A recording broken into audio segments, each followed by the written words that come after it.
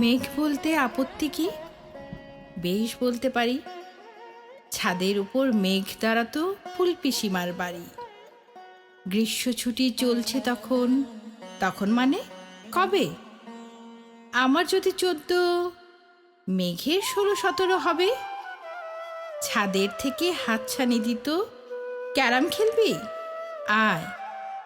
সারা দুপুর কাহাতক আর ক্যারাম খেলা যায়। সেজন্যই জোচ্চুরি হয়।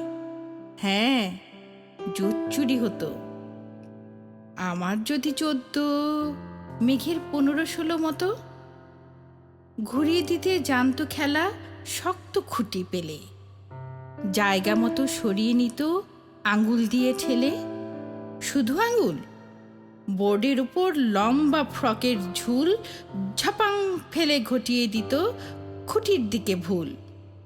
এই এই এখানে না ওখানে, এইটা না ওটা। ঝাঁপিয়ে পড়ে ছিনিয়ে নিল খুঁটির বাক্সটা। খুঁটিরও সে প্রথম মরণ। প্রথম মারা মানে বুঝবে শুধু তারাই যারা ক্যারাম খেলা জানে।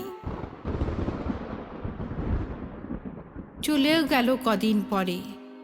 মেঘ যেমন যায়, কাঠফাটা রোদ দাঁড়িয়ে পড়ল মেঘের জায়গায়।